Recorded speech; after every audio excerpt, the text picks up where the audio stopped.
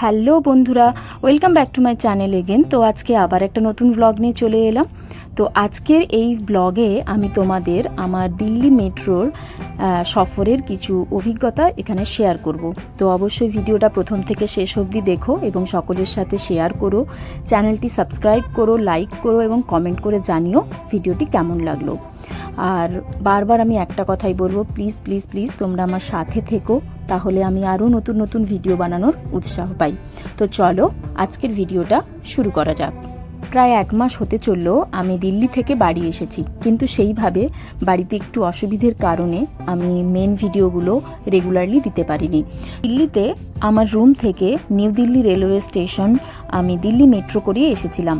তাই প্রথমেই আমার যা যা লাগেজ ছিল সাথে সাথে একটা বড় ট্রলি এবং তার সাথে আমার পিট ব্যাগ এবং আমার হ্যান্ড ব্যাগ, সেগুলো সাথে নিয়ে উবের অটো বুক করে আমাদের কাছাকাছি মেট্রো স্টেশন, যার নাম মুনিরকা মেট্রো, সেখানে পৌঁছলাম।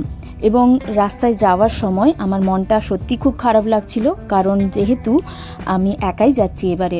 অবশ্য সাথে আমার বোন এবং তার হাজব্যান্ড ছিল, কিন্তু তাও আমি আমার হাজব্যান্ড ছাড়া যাচ্ছিলাম বলে খুব মনটা খারাপ লাগছিল। যাই হোক, ও আমাকে এন্টারটেন করতে করতেই যাচ্ছিল। তো পৌঁছানোর পর আমরা আমাদের লাগেজগুলো নিয়ে আস্তে আস্তে নিচে নামছিলাম। যেহেতু ব্যাগগুলো প্রচণ্ড ভারী ছিল, তাই মাঝে মাঝে শুভময় আমায় হেল্প করছিল ব্যাগগুলোকে নিচে নামাতে। তারপর মেট্রো স্টেশনের ভিতরে প্রবেশ করার পর আমরা এক্সপ্লোর করলাম যে শুভময় তার মেট্রো কার্ডটা আনতেই ভুলে গেছে। তো যাই হোক, ইমিডিয়েটলি তো টিকিট কাটতেই হতো।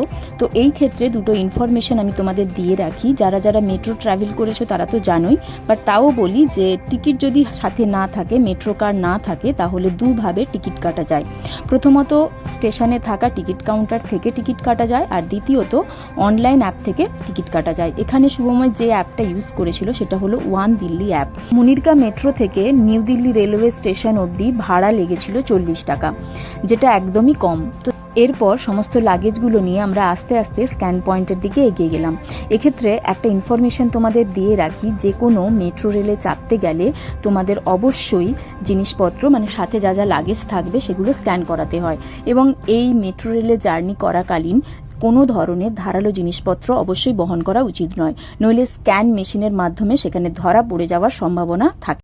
এরপর আমরা আমাদের সমস্ত লাগেজ নিয়ে মেট্রো রেলের একদম মেন প্ল্যাটফর্মে প্রবেশ করলাম এবং অপেক্ষা করার কিছুক্ষণ পরেই আমাদের ট্রেন এসে যায়। তো এক্ষেত্রে দিল্লি মেট্রো সম্পর্কে কয়েকটি ইনফরমেশন আমি দিয়ে রাখি। দিল্লি মেট্রো কয়েকটি কালারফুল লাইন দ্বারা একে অপরের সাথে জড়িয়ে আছে, মানে যোগাযোগ ব্যবস্থা ওই কালারফুল লাইনের দ্বারাই হয়ে থাকে। যেমন blue line, magenta line, yellow line, red line, pink line এবং আরও অনেক। এক্ষেত্রে একটা কথা বলে রাখি, ম্যাজেন্ডা লাইন এবং ব্লু লাইন হলো সব থেকে দিল্লি মেট্রোর ব্যস্ততম লাইন। তো আজকে আমরা আমাদের লাইনে প্রথমে ম্যাজেন্ডা লাইন চেঞ্জ করে হজখাস বলে একটি স্টেশন, সেখানে নামার পর তারপর ইয়েলো লাইন ধরে নিউ দিল্লি রেলওয়ে স্টেশনে। যেহেতু আমরা বিকেল 4টে থেকে 5টার মধ্যে জার্নি করছিলাম, সেই জন্য এই সময় দেখতেই পাচ্ছ তোমরা স্টেশন প্রচণ্ড ভিড় এবং ব্যস্ত ছিল। কয়েক মিনিট ছাড়া ছাড়া স্টেশনে ট্রেন আসা সত্ত্বেও প্রত্যেকটা ট্রেনের কামরা ছিল একদম প্যাকড আপ, মানে প্রচণ্ড ভিড় ছিল। এই যে আমি যখন এখানে শ্যুট করছিলাম, তখন দুটো ভাই বা দাদা যাই হোক, ওরা প্রচণ্ড হাসির ছলে বা ফানিভাবে আমার সাথে কমিউনিকেট করছিল, আমার খুব ভালো লেগেছিল। এরপর আমাদের ইয়েলো লাইনের ট্রেন আসায় আমরা ট্রেনে ওঠার পর দেখে নিচ্ছিলাম যে এরপর কটা প্ল্যাটফর্ম রয়েছে এবং কোন স্টেশনে আমাদের নামতে হবে। এক্ষেত্রে কয়েকটা কথা বলি। এই মেট্রোতে চাপার পর, মানে দিল্লিতে আসার পরে আমি যতবারই মেট্রোতে চেপেছি, এই জার্নিটা আমার খুবই কমফোর্টেবল লাগে। তোমাদেরও মেট্রো জার্নি কেমন লাগে অবশ্যই জানিও। আর এর আগে আমি বাসে ট্রাভেল করেছি, লং ডিস্টেন্সের ট্রেন জার্নি করেছি, বাট আমার সবথেকে বেশি ভালো লেগেছে মেট্রোর জার্নি। যাই হোক, ট্রেন নিউ দিল্লি রেলওয়ে স্টেশনের মেট্রো স্টেশনে পৌঁছানোর পর আমরা আস্তে আস্তে এক্সিট পয়েন্টে এগিয়ে গেলাম এবং এরপর সমস্ত লাগেজ নিয়ে আস্তে আস্তে ওপরের দিকে উঠলাম। তো এক্ষেত্রে একটা কথা বলি, বিহাইন্ড দ্য সিন শুভময়ই অ্যাকচুয়ালি লাগেজটা বহন করছিল, আমি জাস্ট শ্যুট করার জন্যই বহন করছিলাম। তো আজকের ভিডিওটা এই পর্যন্তই, এবং পরবর্তীতে আরেকটি নতুন ভিডিও নিয়ে আসছি। এবং ততক্ষণ অবধি তোমরা সবাই ভালো থেকো, আর আমার চ্যানেলটি অবশ্যই সাবস্ক্রাইব করো, এবং ভিডিওটি শেষ অবধি দেখার জন্য অবশ্যই সকলকে অনেক অনেক ধন্যবাদ।